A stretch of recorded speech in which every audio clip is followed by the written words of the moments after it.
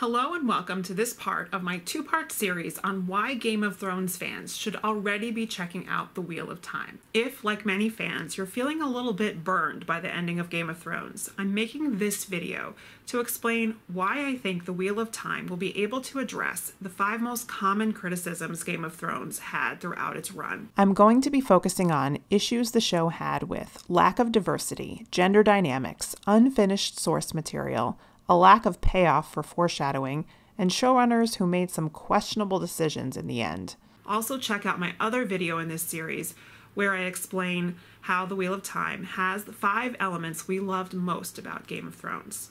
I'm going to approach this as if you are already a fan of Game of Thrones, and so I will spoil the heck out of that series, but not yet familiar with The Wheel of Time, which I will not spoil in this video, though I will give some general details. If you're already a Wheel of Time fan, please share this with anyone you're trying to convince to read the series and watch the show, and check out my other very spoilery Wheel of Time videos for yourself. The Wheel of Time is a 14-book epic fantasy series written by Robert Jordan and completed by Brandon Sanderson after Robert Jordan's death in 2007. Currently, there is a TV series of The Wheel of Time in production for Amazon Prime Video. And although no TV show may ever match the cultural phenomenon that was Game of Thrones, if you're looking for your next obsession, I believe The Wheel of Time could be it. One early and persistent criticism of Game of Thrones had to do with the lack of diversity in casting, and George R.R. Martin admitted this had something to do with the world building. George R.R. Martin created a world largely inspired by medieval European history. Westeros, at least, reflects this aesthetic, and so you could argue that the fact that the main characters are primarily white Europeans is at least consistent. But Game of Thrones was still understandably criticized for the lack of people of color in its main cast. In the world of the books and the show, people of color are primarily from Essos, and these characters are unfortunately not as well developed or central to the main thrust of the story. The world of The Wheel of Time is a very different and more diverse place. Robert Jordan drew upon mythology, religion, and cultures from all over our world when he created his own, though he blended them into his own distinct cultures that are not meant to be exact parallels of any that would exist in our own modern history. You get some pretty interesting combinations. Just to give one example, there's a group of very tall, desert-dwelling gingers with a warrior culture, with elements inspired by the Zulu of South Africa, the Arab Bedouin, Native American Apache, and Japanese cultures. He created a world where skin tone and other physical differences aren't really remarked upon with much interest. People are divided by their own in-world cultural differences, to be sure, but less so on race or ethnicity. There are some isolated cultures that have become more homogeneous in appearance, while other larger cultures and cities reflect a wide range in appearance. Given what we know already, I think there is little reason to be concerned about either a lack of representation or tokenism in The Wheel of Time, because we can fortunately already see Robert Jordan's diverse world reflected in the core cast of the Wheel of Time TV series. All the evidence we have seems to point to a wide and deep search for the most talented newcomers for the 5 core roles of Egwene, Rand, Perrin, Nynaeve, and Mat, and a couple more experienced actors in Rosamund Pike and Daniel Henney for Moiraine and Lan. And the result is we have an exciting group of people to play these challenging roles that will reflect the diversity of Robert Jordan's world right from the very beginning. A somewhat related topic here is the treatment of gender, especially female characters in Game of Thrones. We can actually put a number of potential problems into this basket, which may or may not have bothered people to varying degrees. Of course, I'm going to focus a little on the things that bothered me personally, but I'm not trying to speak for everyone here. The same medieval-inspired setting that seems to have led to a less diverse world also influences the striking gender imbalance that exists in Westeros. Personally, I'm not quibbling with the fact that the world was created and developed this way, that sexual violence and exploitation are everywhere, that women are rarely in positions of power. This is unfortunately all too real in history and contemporary cultures. But I do think there were some decisions on the part of the show that exacerbated harmful gender stereotypes unnecessarily. One positive thing is that there are a number of deeply complex female main characters who helped make this a show that women fell in love with. Daenerys, Arya, Sansa, Brienne, Cersei, and many more are all complex, flawed, strong, and fascinating individuals. So for me personally, one of the biggest downsides to the way the show was rushed in the last 2 seasons was that it failed to develop aspects of these women's stories, and this had the result of making them seem more two-dimensional and stereotypical at times. Arya and Sansa apparently spending much of Season 7 bickering and sniping instead of plotting together. Cersei spending most of Season 8 staring out a window before being crushed by her own inaction. Brienne being seduced and then dumped by a long simmering romantic interest in the space of a single episode. And most of all, the failure to spend the time to fully explore and justify Daenerys' turn to madness had the effect of making it seem like an irrational snap to hysteria following rejection by a man. I know there is more to it than that, but we unfortunately did not see that realized on screen. And to be clear, through no fault of the actors themselves. But we do end up with the 2 women to seize the Iron Throne in the course of the show, Cersei and Daenerys, both portrayed as dangerous and unstable, while the monarchy ends up in the hands of an inhuman but definitely male individual with no claim to it. Maybe this will all make more sense in the books if they are finished, but for now, Sansa ending up Queen in the North, Brienne as head of the Kingsguard, and Arya as the hero of Winterfell do not fully make up for these problematic choices.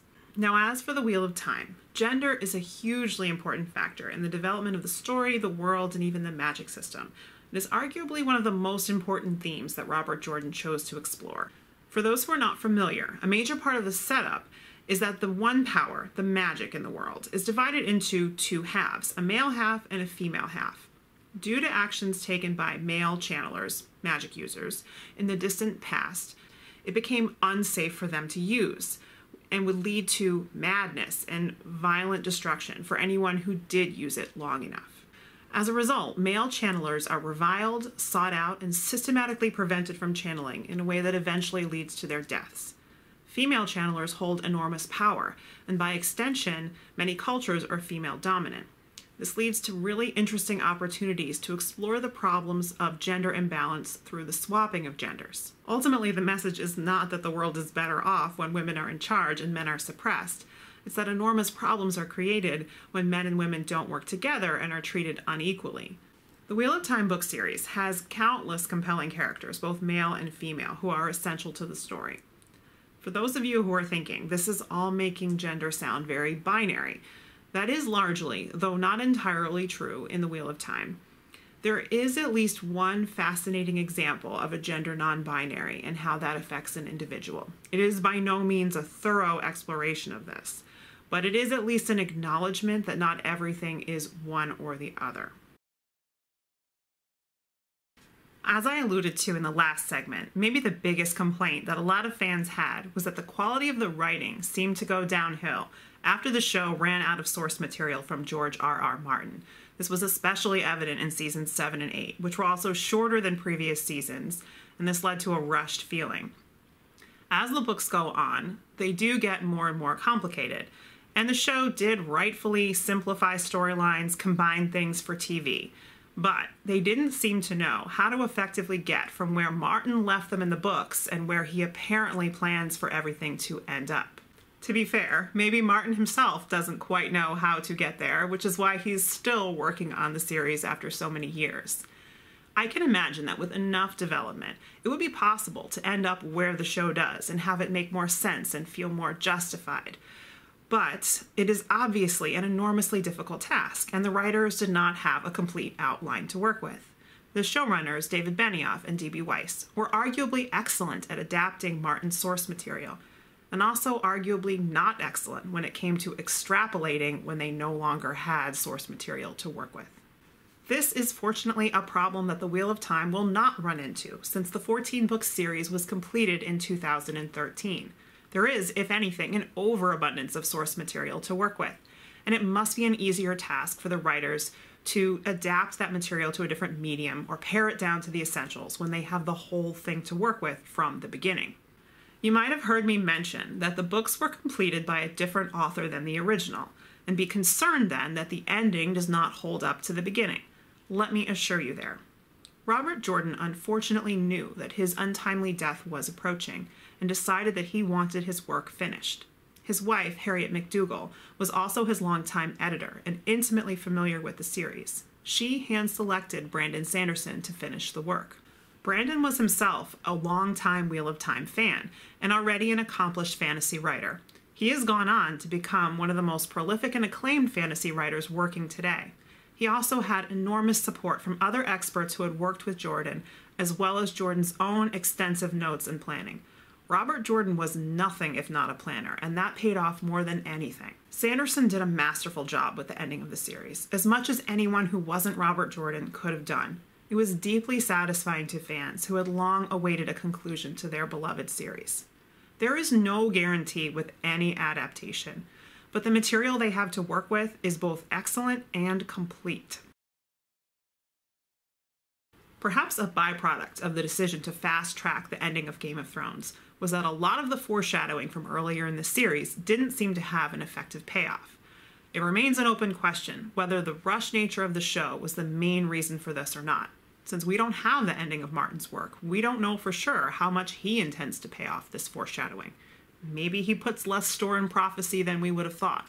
Or maybe with enough time given to the details, it all would have made more sense. For example, it was long foreshadowed that Jon Snow would turn out to be the son of Rhaegar Targaryen and Lyanna Stark, and the show did pay this off. But what consequence did it really have in the end for Jon to be a Targaryen, when there was no one making the case for him to take the throne after he ended Daenerys' brief reign of terror? Seriously, not even Sam, Jon's biggest fanboy? Come on. We also have all the time spent on the Azor Ahai prophecy without ending up with a clear answer as to who or what Azor Ahai was in the end.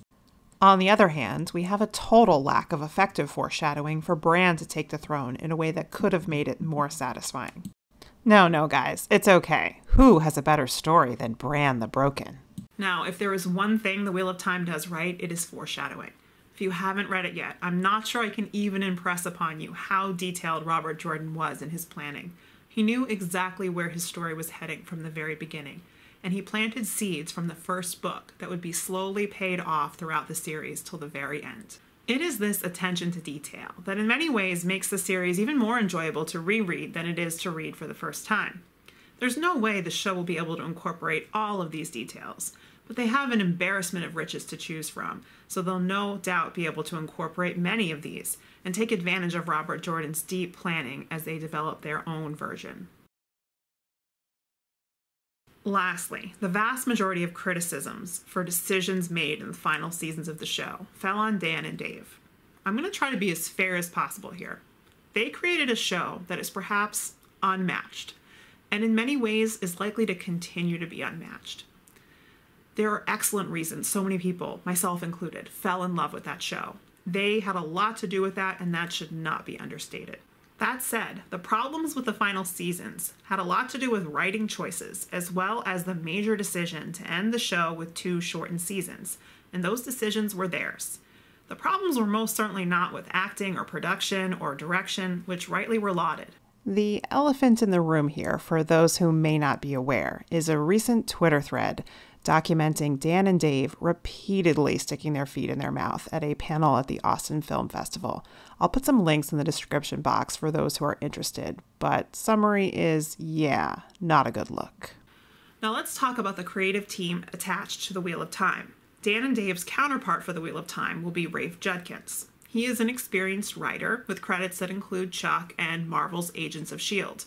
But perhaps more importantly, he is himself an enormous fan of Robert Jordan's series, and he has brought on other professionals who have a personal love for the source material as well. Harriet McDougall and Brandon Sanderson themselves are also consulting producers on the show. Of course, there is never a guarantee about what kinds of creative decisions will be made throughout production, but we can at least be sure that there will be people with a deep love for and familiarity with the source material in the room. And maybe just someone who doesn't have disdain for fantasy fans while we're at it. I hope I have convinced you to check out The Wheel of Time. If you want more, please check out the other part of this video where I get into the things we loved about Game of Thrones and why The Wheel of Time will be able to match it. If you're a book lover, I highly recommend starting the series right now with Book 1, The Eye of the World. We don't yet have a release date for the series. Production started in September 2019 and was set to continue for 9 months, so there's plenty of time to get into the books while you wait. Season 1 would most likely cover all of Book 1 and possibly Book 2 as well. Please subscribe and hit the bell so you don't miss any content for the upcoming TV show, and I'll be sure to mark which has spoilers and which does not. Winter is still coming, and before you know it, you're going to be saying the last battle is coming as well.